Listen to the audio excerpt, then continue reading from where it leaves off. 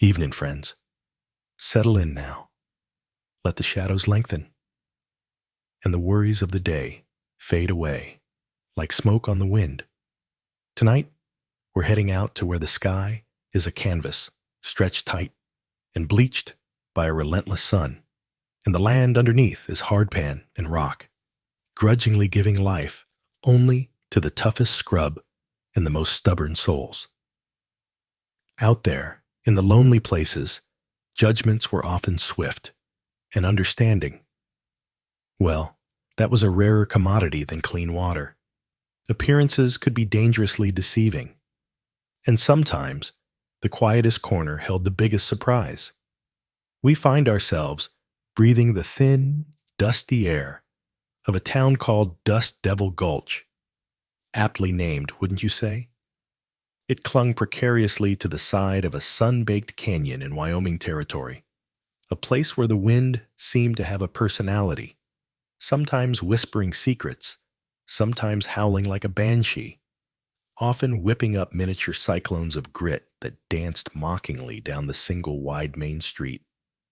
Buildings leaned tiredly, their unpainted wood warped and silvered by the elements, huddled together as if for meager comfort against the vast indifference of the landscape. Hope had planted this town during a rumored silver strike that turned out to be mostly pyrite and disappointment, but stubbornness kept it alive, a lonely outpost tethered to the world by a rutted stagecoach trail and the thin, humming wires of the telegraph. Our story tonight centers not on the swaggering gunslinger or the powerful rancher, not at first glance anyway. No, it finds its heart in the smoky, dim corner of the town's main saloon, the Whispering Kettle. It focuses on a young woman the world had learned to overlook, to dismiss, sometimes even to mock. Her name was Eliza Vance, though most folks, when they bothered to use a name at all, just called her Ellie. She was the saloon's quiet girl, and in a place like Dust Devil Gulch, being quiet, being overlooked, could be a blessing. Or it could paint a target on your back. The air inside the Whispering Kettle was thick, a potent brew of stale beer, cheap whiskey, sweat, pipe smoke, and the lingering aroma of fried food from the back kitchen. Light struggled to penetrate the grimy windows, leaving the corners shrouded in perpetual twilight, punctuated only by the flickering yellow glow of a few strategically placed oil lamps. On this particular afternoon, the usual cacophony reigned, the boisterous laughter of trail-weary cowboys, the sharp click of poker chips from a back table, the off-key banging of the battered piano by a drifting musician with more enthusiasm than talent. And through it all moved Ellie Vance, a ghost in a plain gray dress. She was wiping down a sticky table near the bat-wing doors, her movements economical, her face averted, seemingly absorbed in the task of removing spilled beer and tobacco shreds. Her hair, a nondescript brown, was pulled back severely, emphasizing the pale oval of her face. She wasn't conventionally pretty in the way that might draw unwanted attention, nor was she plain enough to be entirely invisible. There was a stillness about her, an almost unnatural composure in the midst of the saloon's chaos that set her apart if anyone bothered to look closely. But most didn't. They saw the dress, the task, the averted gaze, and filed her away, under saloon help, insignificant, unimportant. "Hey, Ellie, more whiskey over here. And try not to spill it this time, girlie. Your hands shake like an old woman's." The voice boomed across the room, coarse and loud, belonging to Jedediah Stone, foreman for the sprawling Croft Ranch that dominated the valley. Stone was a big man, running to fat, but still possessing a dangerous, bullish strength. His face was perpetually flushed, his eyes small and mean, set a little too close together. He sat surrounded by 3 or 4 of his ranch hands, sycophants who laughed too loudly at his crude jokes and mirrored his casual cruelty. Ellie didn't flinch, didn't look up immediately. She finished wiping the table, her movements unhurried, deliberate. Only then did she turn, pick up the empty bottle from Stone's table, her eyes briefly flicking over the men's faces, assessing, cataloging, dismissing, before heading towards the bar. Her expression remained placid, unreadable. "Look at her," Stone sneered to his companions, loud enough for half the saloon to hear. "Quiet as a mouse, ain't she? Bet she wouldn't say boo to a goose. Wonder if she even knows how to talk proper." More coarse laughter erupted from his table. Ellie returned with a fresh bottle, placing it carefully on the table amidst the clutter of glasses and cards. As she turned to leave, Stone deliberately stuck out his heavy boot, tripping her. She stumbled, catching herself on the edge of the table. Her reticule, a small, simple drawstring bag she always wore looped around her wrist, swinging slightly. For a fleeting instant, as she regained her balance, her eyes met Stone's. There was no fear in them, no anger, just a flash of something cold, hard, and utterly lethal, like glimpsing polished steel in the shadows. It was there and gone in a heartbeat, replaced by the usual blank neutrality. Stone, caught off guard by the stumble he'd caused, missed it entirely, guffawing at her clumsiness. But Dusty Sam Miller, the saloon's owner, polishing glasses behind the long bar, saw it. Dusty was a man built like a barrel, with a face like weathered rock, and eyes that missed very little despite their hooded appearance. He'd seen that look before, long ago, in men who lived close to violence. He frowned slightly, his gaze lingering on Ellie's retreating back, then flicking toward Stone with disapproval. He didn't like Stone, didn't trust him, but Croft's ranch hands brought too much money into the whispering kettle to bar them outright. He made a mental note, keep a closer eye on Stone when Ellie was near. The girl was quiet, kept to herself, did her work without complaint. She deserved better than being the butt of Stone's boorishness. He just hoped she wasn't going to be trouble. Quiet ones sometimes were in the end. Ellie retreated to the shadows near the back, picking up her broom, resuming her tasks as if nothing had happened. But inside, her hands, hidden in the folds of her apron, were clenched tight. The familiar, degrading burn of helpless anger rose in her throat, an emotion she fought constantly to suppress. She hated Stone, hated his casual cruelty, his assumption of dominance. She hated the way he and his men looked at her, stripping her down with their eyes, dismissing her as less than human. Most of all, she hated the fear. Not for herself, not anymore, but the fear that one day her control would snap, that the carefully constructed dam, holding back years of rage and survival instincts, would break. Inside her reticule, nestled against a few coins and a handkerchief, lay a Remington Model 95 Derringer. Small, concealable, 2 shots. Chambered in .41 rimfire, not a toy. She knew precisely how to use it, knew the feel of its weight in her palm, the kick against her wrist, the devastating effect of its short-range stopping power. Sometimes, the knowledge felt like a burden.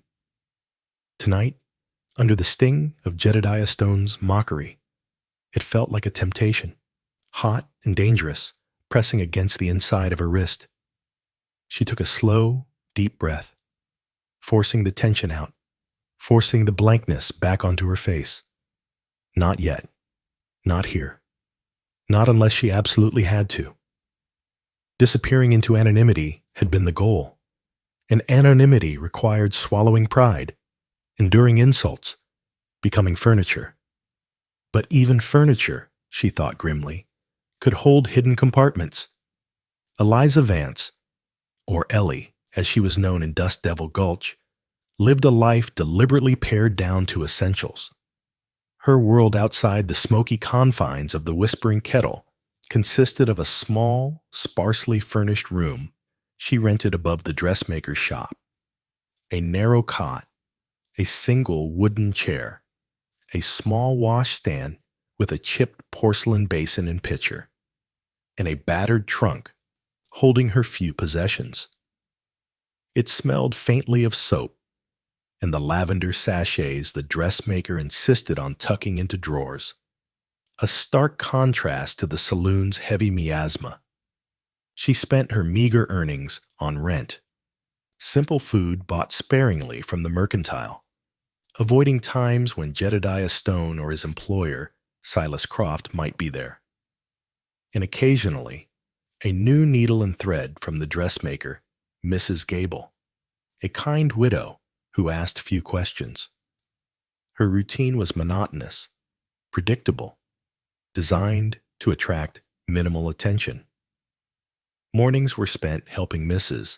Gable with mending or cleaning the shop in exchange for a slightly reduced rent. Afternoons and evenings belonged to the Whispering Kettle. Wiping tables, sweeping floors, occasionally serving drinks when Dusty Sam was overwhelmed, or his regular bartender, a rheumy-eyed old man named Pete, was incapacitated by drink himself. She rarely spoke unless spoken to, and then offered only brief, quiet replies. She ate her meals alone, usually cold leftovers in her room, or a quick bowl of stew in the saloon's kitchen before the evening rush. She kept her eyes downcast, her posture unobtrusive. She worked hard to be forgettable. But forgetting wasn't something Ellie was good at. Her past clung to her, like the ever-present dust of the gulch. It wasn't visible in her plain gray dress or her carefully neutral expression, but it lived in the depths of her observant gray eyes, eyes that saw far more than they let on. It lived in the unnatural stillness she could achieve, the way she could melt into shadows. It lived in the calloused ridge on her right index finger, hidden beneath her gloves when she worked, a mark inconsistent with wiping tables. And it lived in the faded tintype photograph she kept wrapped in cloth at the very bottom of her trunk, beneath her spare dress and worn undergarments. The photo showed a younger Ellie, smiling tentatively, standing beside a tall, stern-looking man with kind eyes and a lawman's badge pinned to his vest.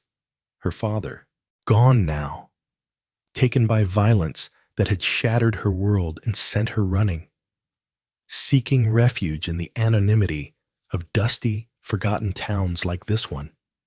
He had taught her to observe, to be aware, to defend herself. He hadn't wanted his daughter to be helpless in a world that was often harsh and unforgiving, especially for a woman alone. He'd taught her the basics of firearms, starting with a rifle for hunting, but recognizing the need for something concealable, something unexpected. He had gifted her the Derringer on her 16th birthday. "Hope you never need it, Ellie girl," he'd said, his voice gruff with emotion. "But knowing how is better than wishing you did."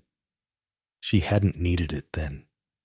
But later, after he was gone, after the betrayal and the danger that followed, she had. Oh, she had. The memory was a scar on her soul. The reason she guarded her past so fiercely. The reason she kept the Derringer always close. A grim necessity disguised as a lady's accessory. Her desire wasn't complicated. She just wanted peace. A place where no one knew her history, where the ghosts couldn't find her, where she could simply exist, unnoticed, unthreatened. Dust Devil Gulch, For all its harshness and unpleasant inhabitants like Stone, had seemed like such a place, until now. The town itself was a microcosm of frontier struggles. Besides the Whispering Kettle and the Mercantile, there was the sheriff's office manned by Sheriff Brody, a man whose weary expression suggested he'd seen too much and expected little good.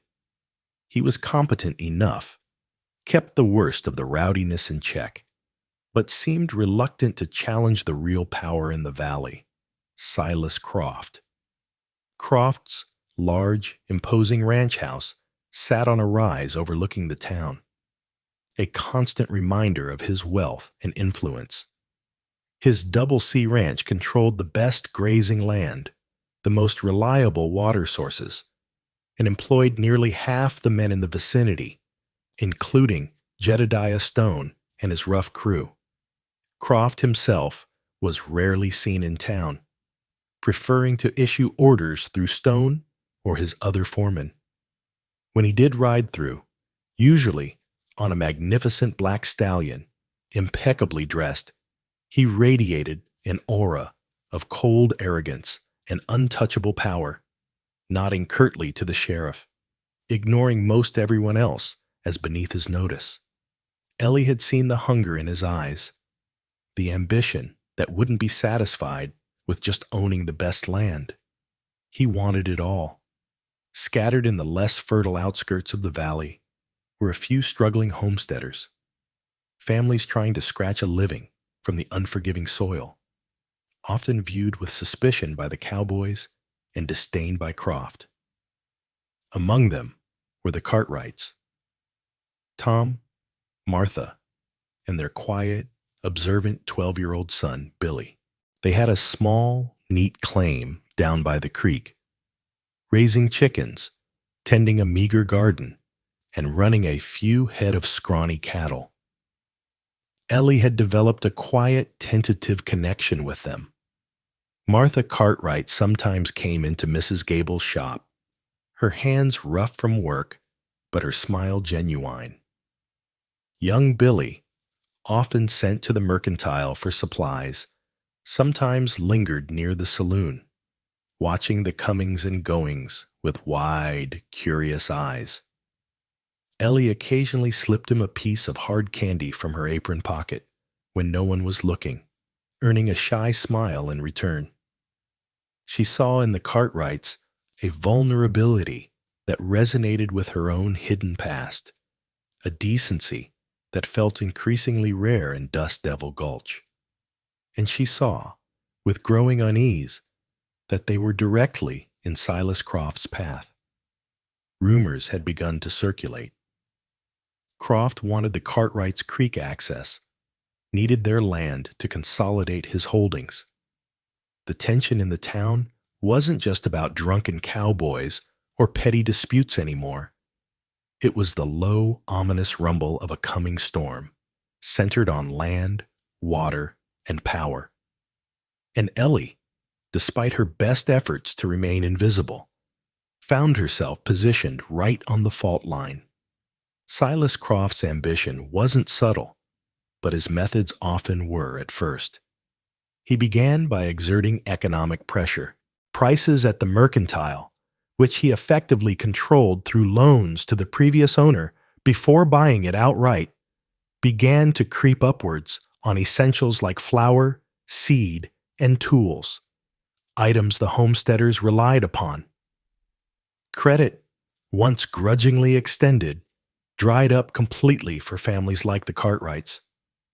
Croft's cowboys, led by Jedediah Stone, became more brazen in allowing Double C cattle to stray onto homesteader land, grazing down precious pasture near vital water sources. Complaints to Sheriff Brody yielded sympathetic shrugs but little action. The sheriff lacked the manpower and perhaps the political will to constantly police Croft's vast, ill-defined boundaries or challenge his influential foreman. The pressure specifically on the Cartwrights intensified. One morning, Tom Cartwright found a section of his newly repaired fence deliberately cut allowing Croft's cattle deep into his small hay meadow. Another time, their dog turned up sick, poisoned, though Doc Evans, the town's elderly, overworked physician, couldn't prove it was intentional. Young Billy, usually a quiet boy who explored the creek banks, started staying closer to home, his eyes shadowed with a fear that tugged at Ellie's protective instincts whenever she saw him lurking near the edge of town. Martha Cartwright's face grew thinner, lines of worry etching themselves around her kind eyes. Ellie witnessed these small, insidious acts of aggression, heard the worried whispers among the homesteaders who gathered occasionally near the church, saw the growing desperation in Martha's face when she came to Mrs. Gable's shop. Each incident tightened the knot of unease in Ellie's stomach. This was how it started, she knew. The slow squeeze, the campaign of intimidation designed to break spirits, to make people give up and move on, leaving their claims ripe for the taking. She'd seen it before, in another place, another lifetime.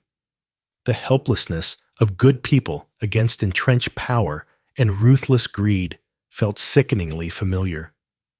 Her own internal conflict grew daily. Every instinct screamed at her to stay hidden, keep her head down, maintain the facade of the meek, invisible saloon girl. Drawing attention, getting involved, was dangerous. It risked exposing her past, shattering the fragile peace she had so carefully constructed. Dust Devil Gulch was just a temporary refuge, not a place to put down roots or fight battles. But watching the Cartwrights suffer, seeing the fear in young Billy's eyes, witnessing the casual cruelty of Stone and the calculated avarice of Croft, it scraped against something fundamental within her, the sense of justice instilled by her lawman father, the empathy born of her own experiences with loss and persecution. Could she truly stand by and do nothing while history repeated itself? Meanwhile, the mockery she endured at the Whispering Kettle continued, sometimes escalating as Stone, feeling increasingly untouchable under Croft's implicit protection, grew bolder. He'd accidentally jostle her, spilling drinks she carried. He'd make louder, cruder comments about her appearance or her silence. His men followed his lead, their jeers becoming a constant background hum to her working hours. Ellie absorbed it all with outward passivity, her face a blank mask, her movements economical and efficient. But beneath the surface, the pressure was building. The need for control, for release, became almost physical. On her rare afternoons off, when the weather wasn't too brutal, she would slip out of town unnoticed, heading deep into the broken, rocky terrain beyond the canyon. There, in secluded arroyos where the only witnesses were lizards and hawks, she practiced, not with a rifle, but with the small, deadly Remington Derringer. She'd set up targets, tin cans, pine cones, knots on weathered pieces of wood and fire. Her movements fluid, economical, born of long-forgotten lessons and grim necessity. The small gun bucked in her hand, the report sharp and loud in the stillness. She practiced drawing it smoothly from the hidden pocket sewn into her skirt. From the reticule, aiming instinctively, firing 2 quick shots. She practiced reloading quickly, her fingers nimble despite their seeming delicacy. The repetitive action was a release, a way to channel the frustration and anger that simmered beneath her quiet exterior. It was also a grim reminder she still had the skill. The question was, would she ever be forced to use it again? Sometimes, brief, fragmented images from her past would flash through her mind during these solitary sessions. The smell of gunpowder mingling with rain, her father's strong hand guiding hers on the grip of a Colt, the echoing boom of a shotgun blast in a narrow alleyway. a face twisted in betrayal. The desperate flight, riding through the night, leaving everything behind but the clothes on her back, the Derringer, and the ghosts. She pushed the memories down, focusing fiercely on the target, on the mechanics of the draw and fire. The past was dead. It had to stay dead. Sheriff Brody seemed increasingly caught in the middle. Ellie saw him talking earnestly with Tom Cartwright outside the Mercantile one day, his expression sympathetic but ultimately helpless. Later that same day, she saw Silas Croft ride into town and have a brief, quiet word with Brody on the boardwalk outside the sheriff's office. Croft did most of the talking. Brody mostly listened, his face grim, his shoulders slumped slightly when Croft finally rode away. The lines of power were clearly drawn, and the sheriff seemed hemmed in, perhaps by lack of resources, perhaps by political reality, perhaps by something more personal Ben didn't know. The homesteaders certainly felt abandoned, their pleas for protection met with weary reassurances, but little concrete action. The atmosphere in Dust Devil Gulch grew heavier, tinged with fear and resentment. Ellie felt the isolation keenly. She had no real allies, no one who knew her truth, no one to confide in. Dusty Sam watched her sometimes with a flicker of concern in his eyes, and Mrs. Gable offered quiet kindness, but they were acquaintances, not confidants. Her only real connection was the unspoken sympathy she felt for the Cartwrights, particularly young Billy. She started leaving small things for them, discreetly. A few extra eggs tucked near their woodpile, a loaf of Mrs. Gable's day-old bread left on their porch before dawn. Small gestures, easily deniable, but acts of quiet defiance against the tide of intimidation. It wasn't much, but it was something.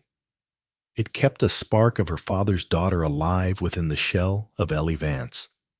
One evening, as Ellie was sweeping near the back door of the saloon, preparing to leave for the night, she overheard Jedediah Stone talking to two of his men in the alleyway. They thought they were alone, their voices low, but carrying in the still night air. "Croft wants it settled," Stone was saying, his voice rough with impatience. "Says Cartwright's being too stubborn. Time to up the ante. Scare him off for good this time. A little fire goes a long way." Ellie froze, hidden in the shadows, her heart pounding against her ribs. Fire. They were planning to set fire to something at the Cartwright place. The barn? The house itself? Bile rose in her throat. This wasn't just petty harassment anymore. This was dangerous escalation, potentially deadly. "Maybe tonight, maybe tomorrow," Stone continued. "Just wait for the right wind. Make it look like an accident. A stray spark, lamp knocked over. Nobody will prove nothing." His men chuckled darkly. Ellie slipped away silently, her mind racing. She had to warn them. But how? Going directly to the Cartwrights risked exposing herself, revealing that she'd been eavesdropping, going to Sheriff Brody. He might believe her, but could he act in time? Could he stop Stone without proof, especially if Croft provided an alibi? Doubt gnawed at her.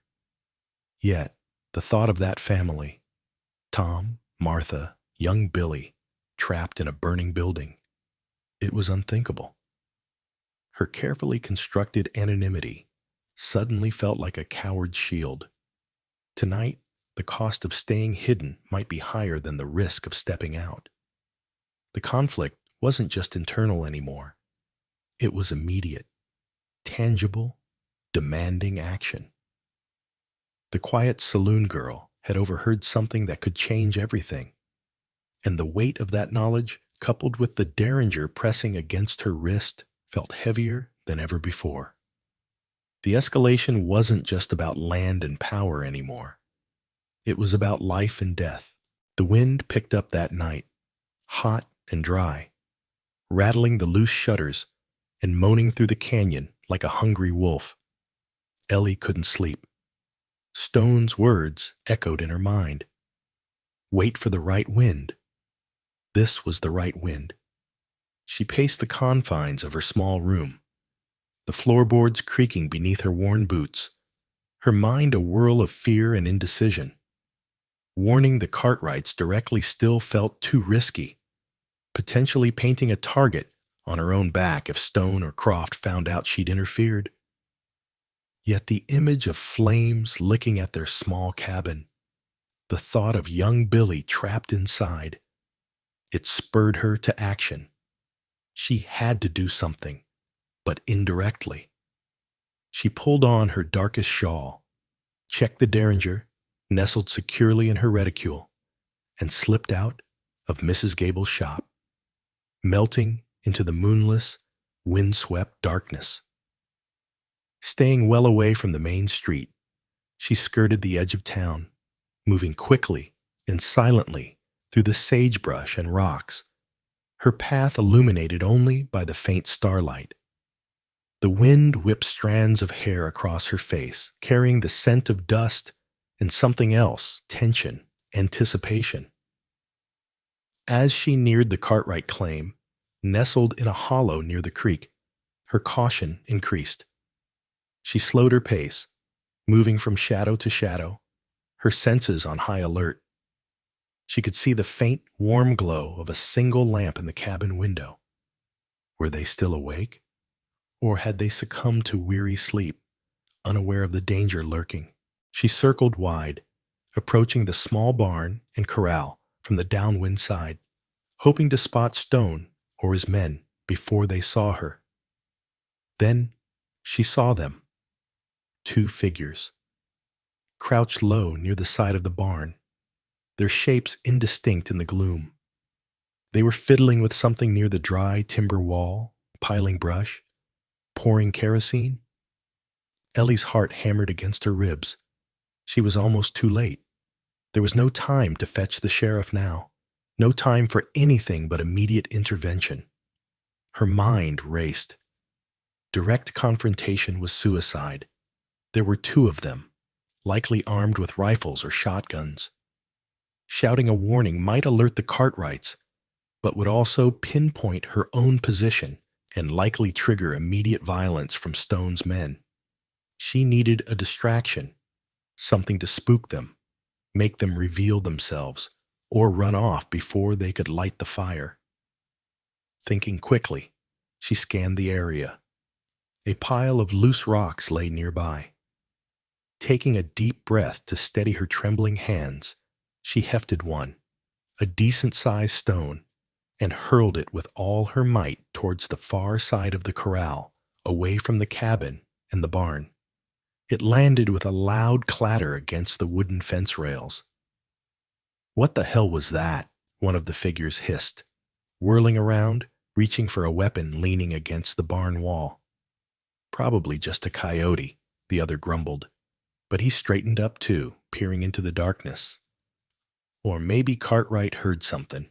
Let's just get this lit and get out of here," the first man urged nervously, fumbling with a match. Ellie used their momentary distraction. Moving swiftly and silently, she closed the distance, keeping low, circling around behind the small woodpile near the back corner of the barn. She needed to get closer, needed a clear view, needed to be sure of her target if it came to that. The wind gusted again, momentarily drowning out other sounds. Just as the first man finally struck the match, its tiny flare startlingly bright in the darkness, a third figure emerged from the deeper shadows near the creek bed. Jedediah Stone.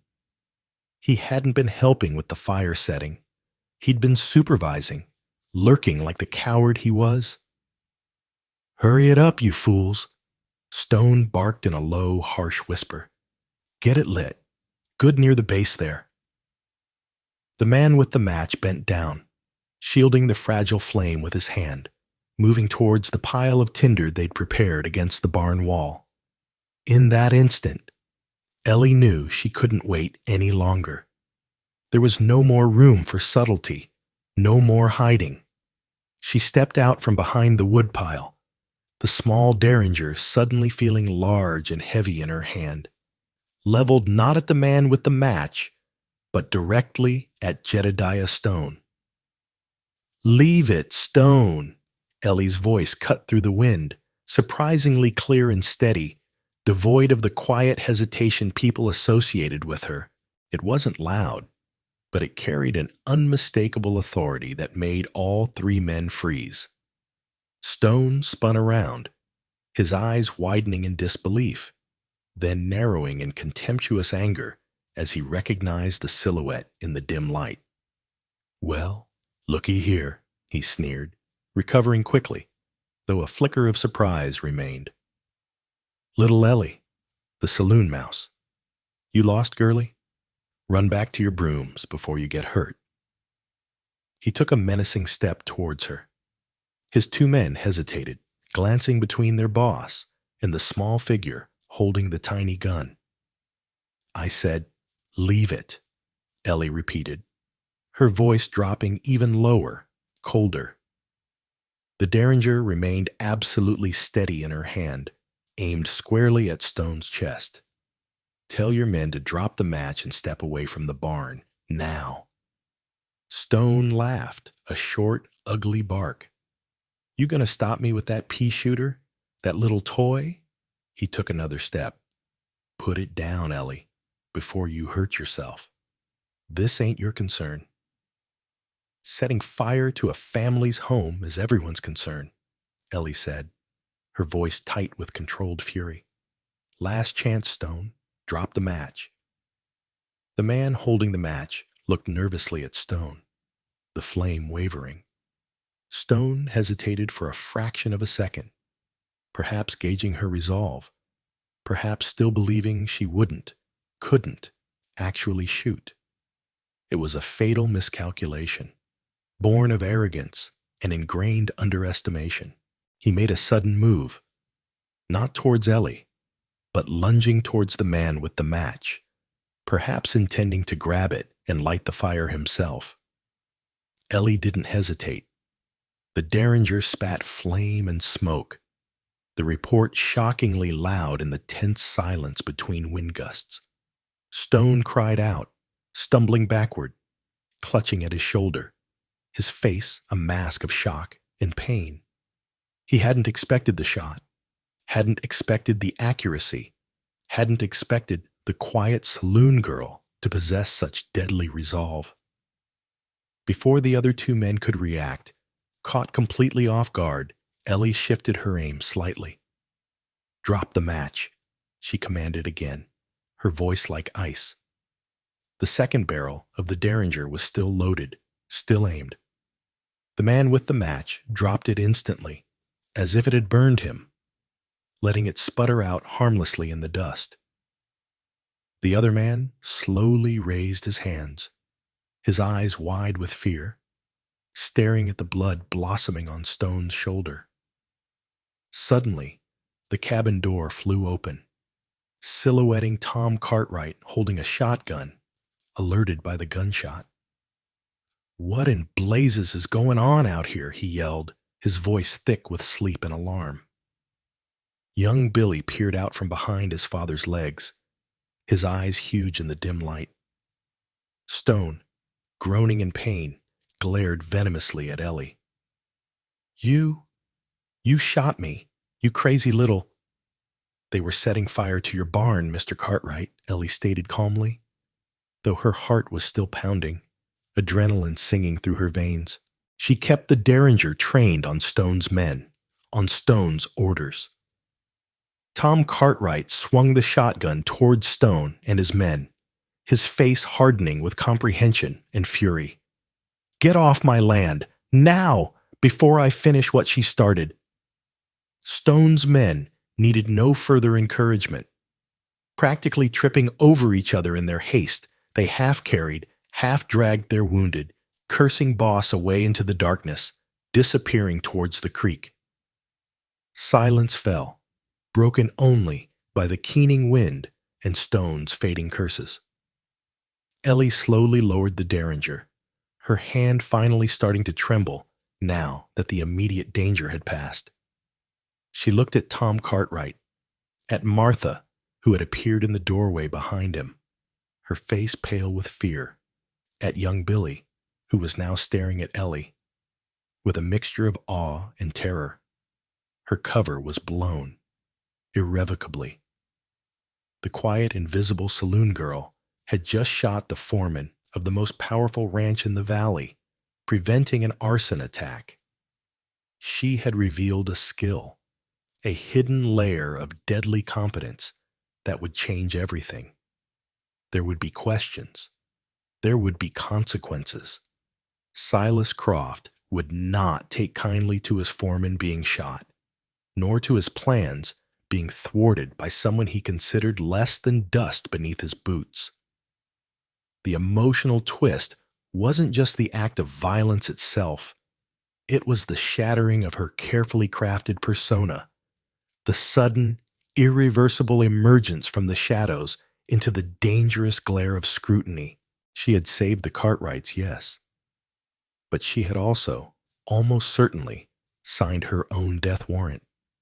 The deadly Derringer had protected, but it had also exposed. And in Dust Devil Gulch, exposure could be fatal. The immediate aftermath was a blur of hushed voices, flickering lamplight, and palpable shock. Tom Cartwright, after ensuring Stone and his men were truly gone, helped Ellie inside the small, clean cabin.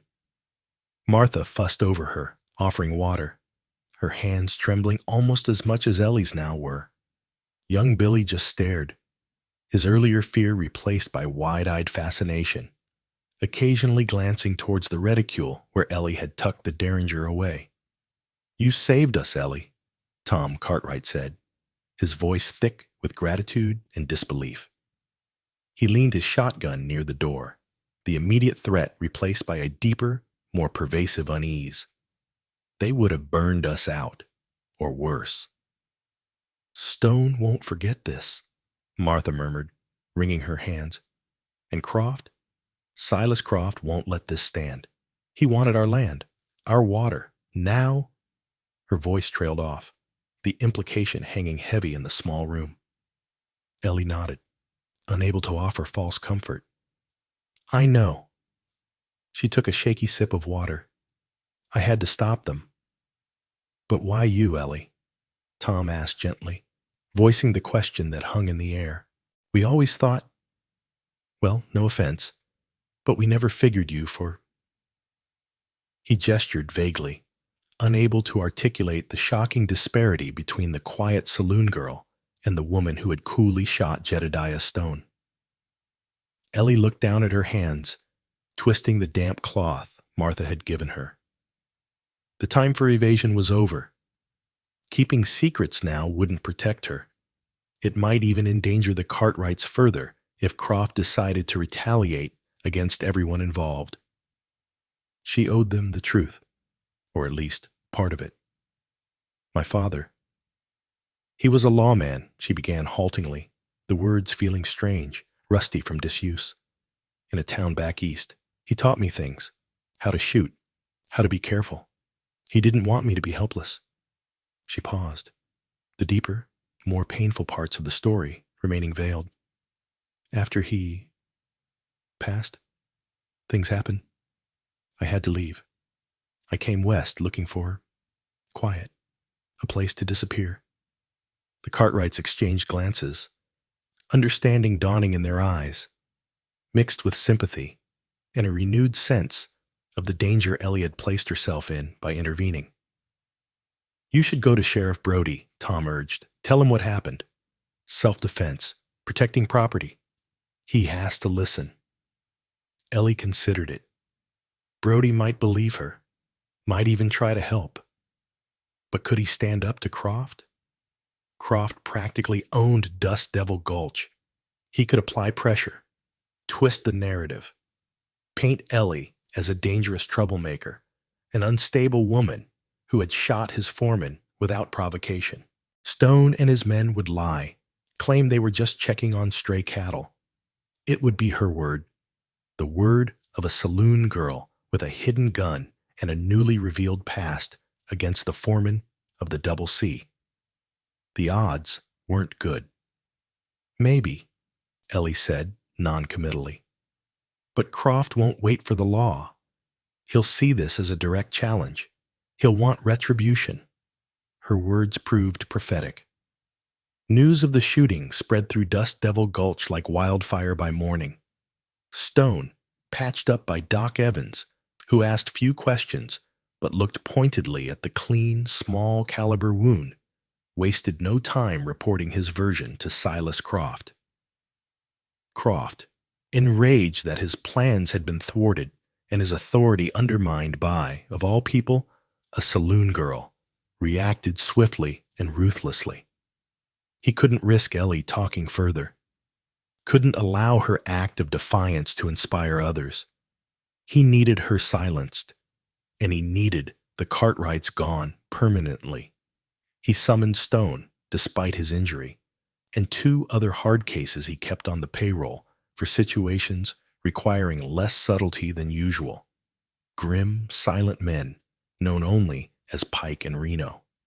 "The girl shot you, Jed," Croft said coldly, pacing his opulent ranch house study, furnished with heavy leather chairs and imported rugs that seemed utterly out of place in the dusty territory.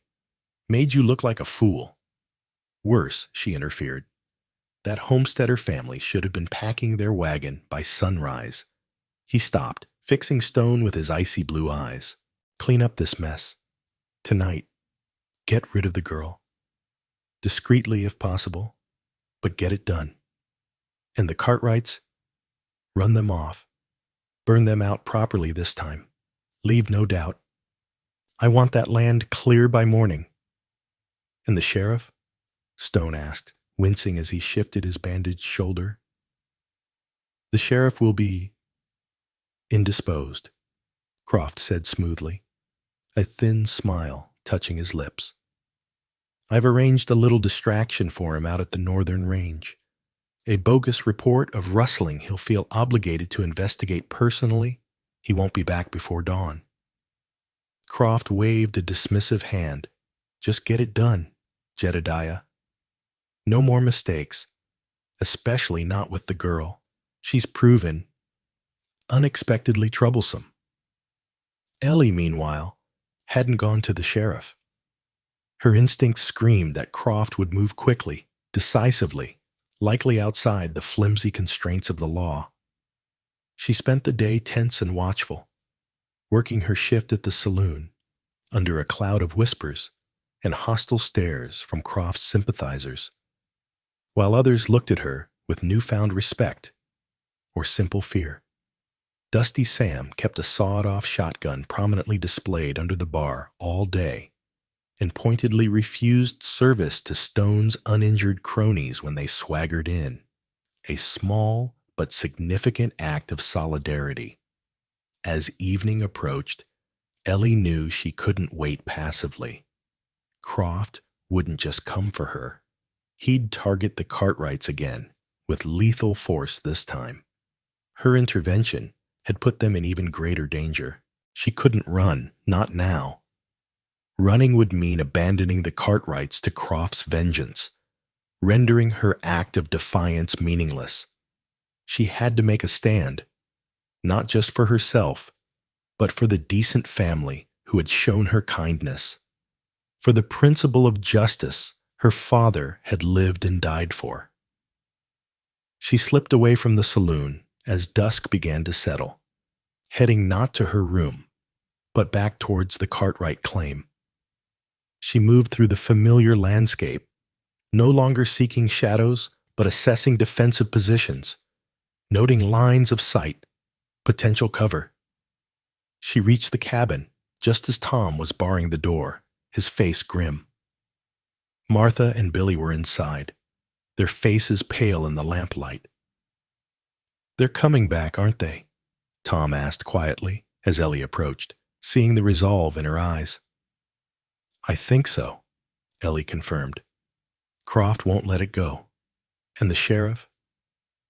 I heard talk he rode out towards the North Range. Won't be back till morning. Tom's face tightened, but he nodded. Figured as much. Croft owns too much of this town. He hefted his shotgun. We won't go easy. We won't go at all, Ellie said, her voice quiet but firm. We make our stand here, together.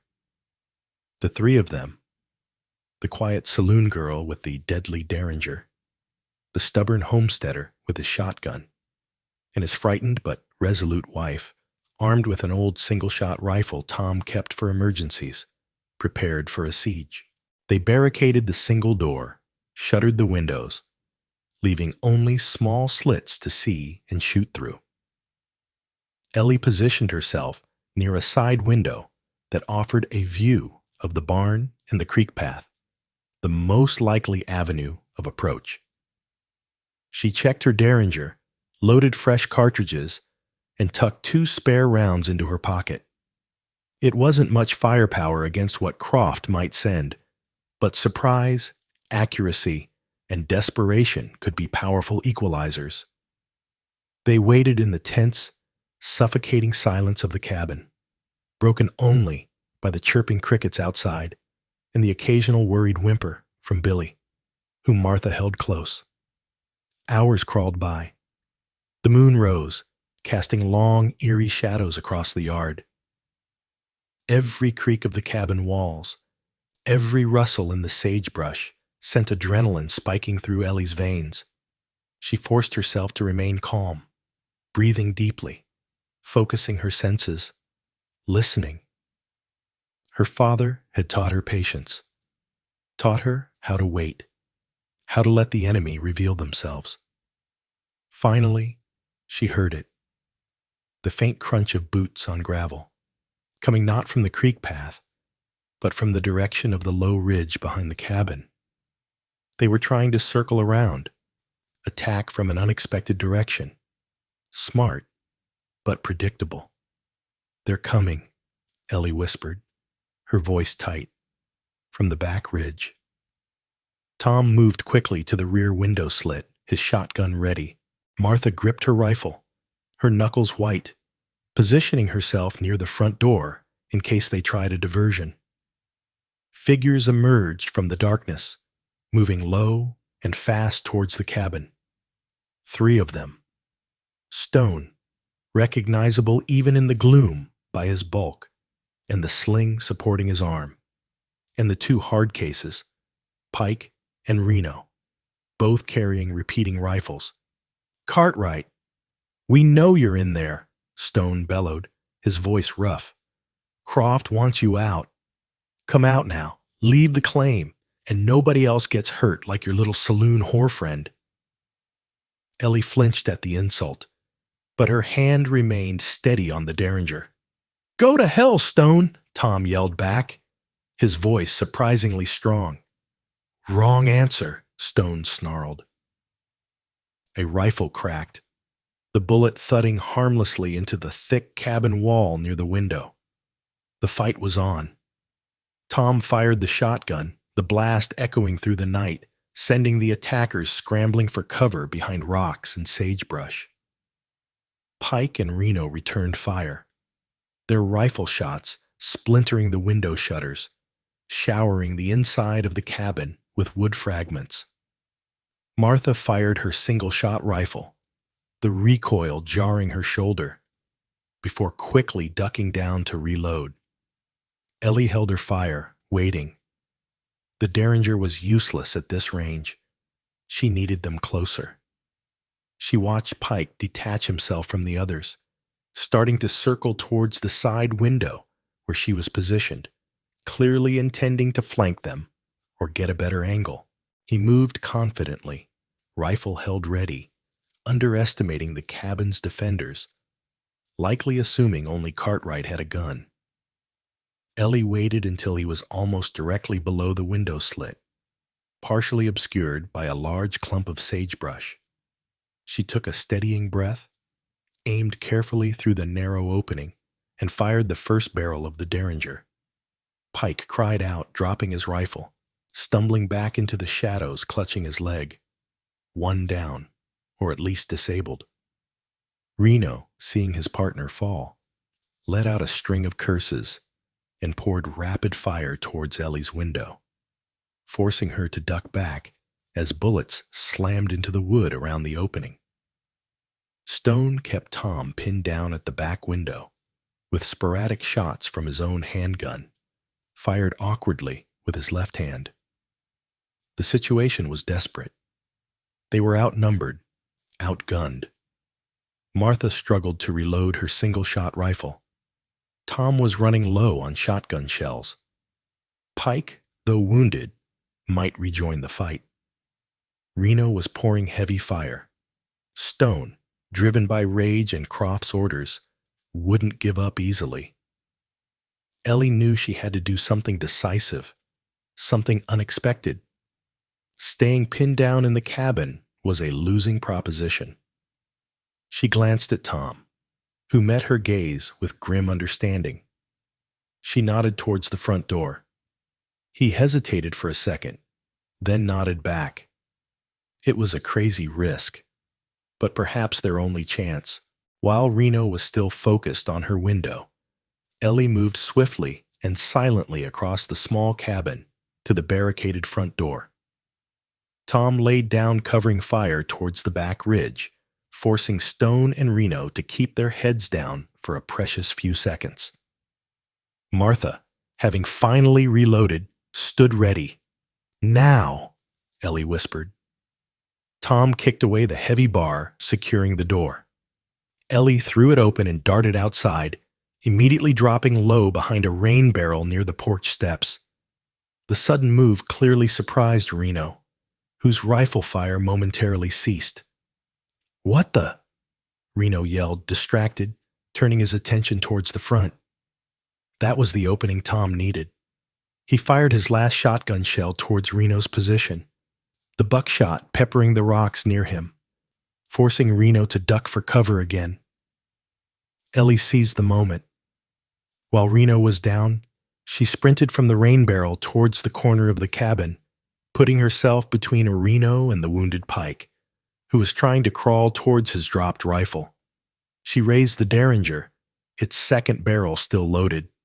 "Give it up, Reno," she yelled, her voice clear and carrying. "Pike's down. Stone's wounded. It's over." Reno peered cautiously over his rock cover, rifle still ready.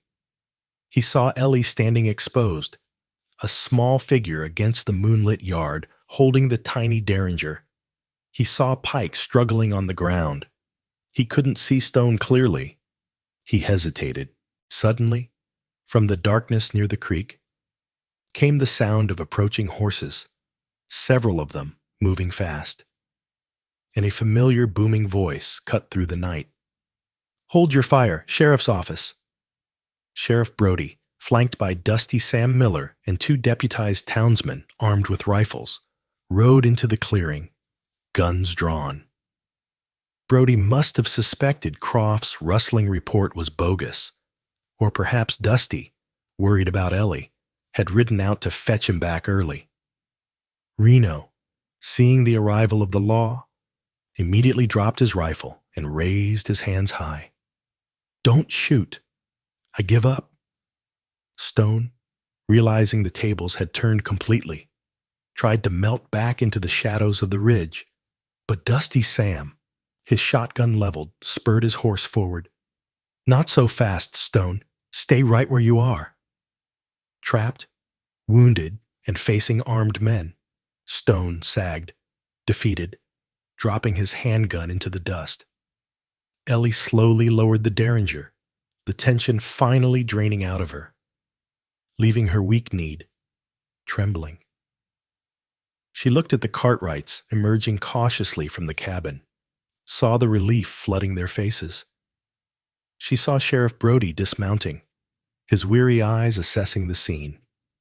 The wounded Pike, the surrendered Reno, the captured Stone, the bullet-scarred cabin, and Ellie herself, standing alone in the yard, the small, deadly Derringer still clutched in her hand. The climax hadn't been a single dramatic showdown, but a desperate, running battle against overwhelming odds, decided not just by gunfire, but by courage, desperation, and the unexpected arrival of help. Ellie had faced down Croft's hired guns, protected the Cartwrights, and survived.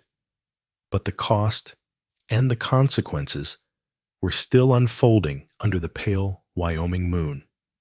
The immediate aftermath was a whirlwind of securing prisoners, tending to the wounded Pike under Sheriff Brody's watchful eye, and assessing the damage to the Cartwright cabin.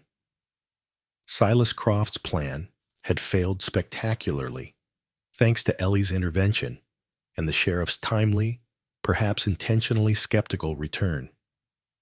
Stone, Pike, and Reno were disarmed and bound, their faces sullen and defeated under the guns of Brody and his impromptu posse. Sheriff Brody walked over to Ellie, his face grim, but with a grudging respect in his weary eyes. He looked down at the Derringer still held loosely in her hand, then met her gaze. "You all right, Ellie?" She nodded, finding her voice husky, shaken. "But all right." "You did good," Brody said gruffly. "More than good. Reckon you saved this family tonight? And maybe taught some folks around here not to judge a book by its cover." He gestured towards the prisoners. "These three will face the circuit judge for attempted murder, arson, conspiracy. Croft's reach might be long, but this is too public, too violent to sweep under the rug, especially with witnesses." He nodded towards Dusty Sam and the other townsmen.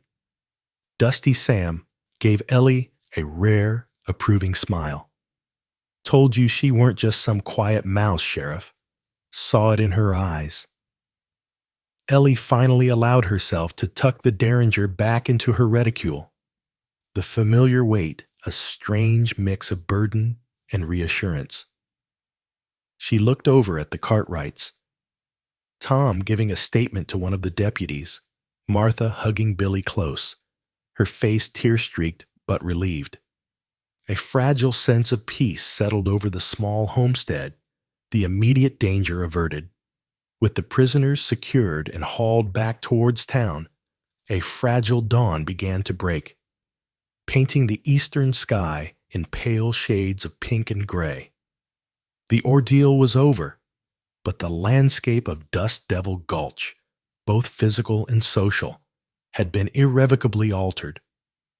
Silas Croft, when faced with the undeniable testimony of his captured men, who quickly turned on him to save their own hides, the evidence of the planned arson, and the newly emboldened Sheriff Brody armed with warrants and witnesses, didn't even try to brazen it out. Knowing his grip on the town was broken, his reputation shattered, he disappeared overnight. Packed his bags, took his black stallion and a sizable amount of cash, and vanished before Brody could serve the warrant at the ranch house the next morning. Dust Devil Gulch woke to find its tyrant gone, leaving behind a power vacuum and a community forced to reassess itself. The change in Ellie's status was immediate and profound. She was no longer Ellie Vance, the quiet, overlooked saloon girl. She was Eliza Vance, the woman who had faced down Jedediah Stone, saved the Cartwrights, and played a crucial role in breaking Silas Croft's stranglehold on the valley. Whispers still followed her, but now they were tinged with awe, respect, and a healthy dose of fear. Men who had once mocked her now averted their eyes or offered hesitant, respectful nods.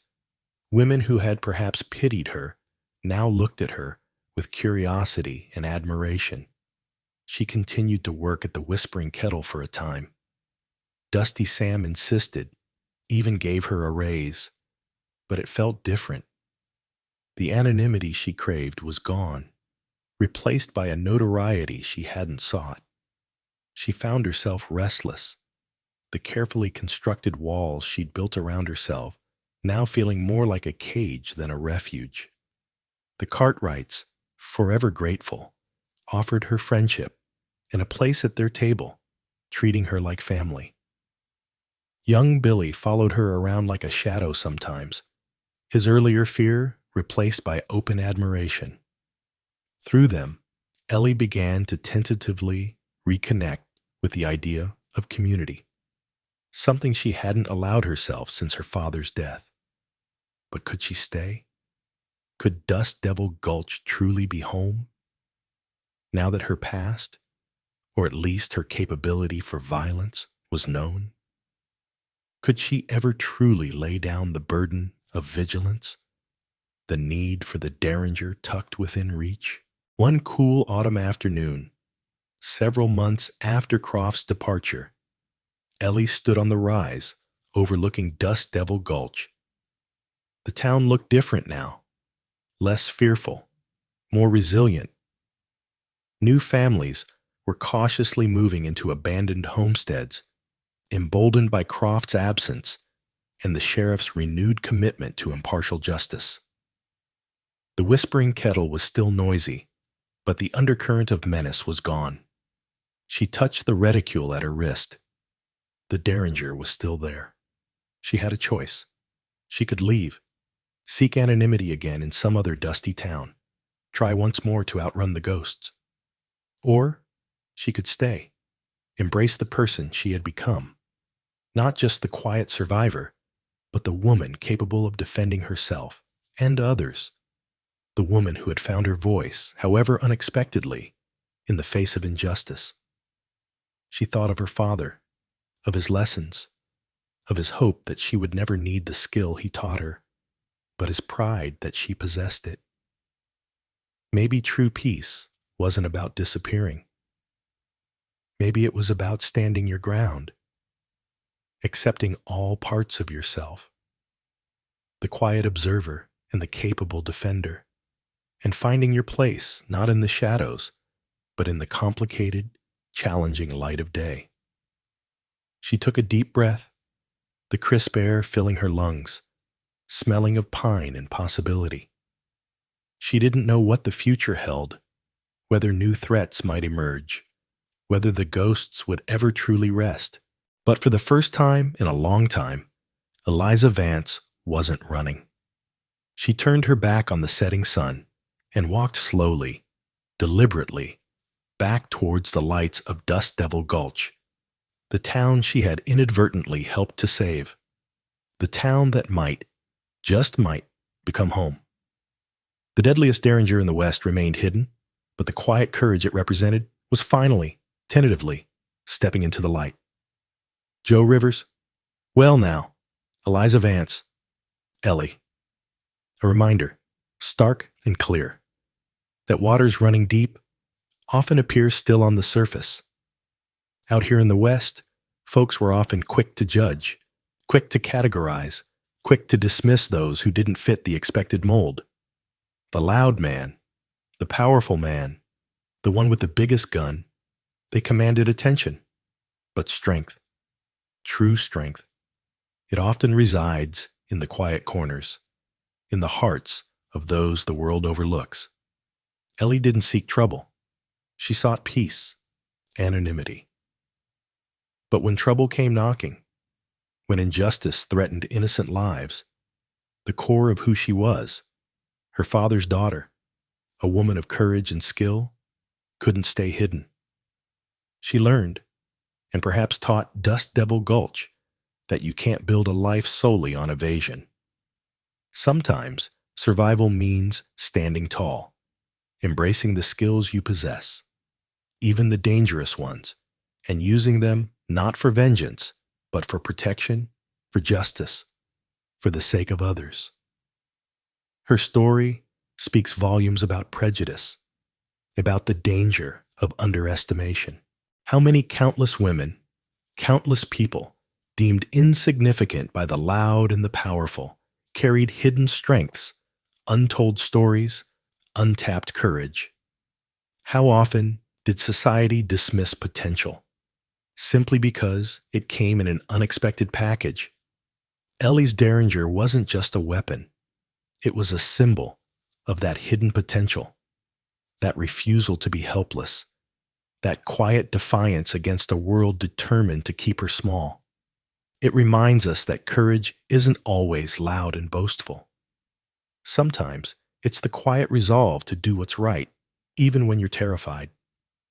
Sometimes it's the willingness to risk everything: your safety, your secrets, your carefully constructed life, for a principle, for another human being. Sometimes the deadliest weapon isn't the gun itself, but the unwavering spirit of the person holding it. Think about the Ellie Vances in our own lives, in our own history, the ones overlooked, underestimated, mocked. What hidden strengths do they possess? What courage lies dormant, waiting for the moment it's needed?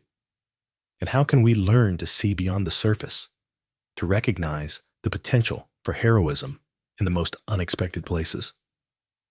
Joe Rivers, that quiet strength, that resilience in the face of adversity, that willingness to stand up even when you feel small. That's the bedrock the best parts of this country were built on. Stories like Ellie's, echoing from the canyons and dusty streets of the past, still hold power today. If Eliza Vance's journey from the shadows into the light spoke to your spirit tonight, if her quiet courage resonated deep within you, I encourage you, share this story. Let her voice and the lessons learned in Dust Devil Gulch echo onward. And if you hunger for more tales from the heart of the American West, stories of grit and grace, justice and redemption, then I invite you to stick around. Hit that subscribe button. Become part of our Voices of Justice community. There are many more stories waiting to be told around this campfire. Until next time, may you have the wisdom to look beyond appearances, the courage to stand for what's right, and the heart to recognize the strength often found in the quietest souls. This is Joe Rivers for Voices of Justice, wishing you clear skies and true sight. Good night, friends. Good night, friends. Good night, friends. Good night, friends. Good night, friends. Good night, friends. Good night, friends. Good night, friends.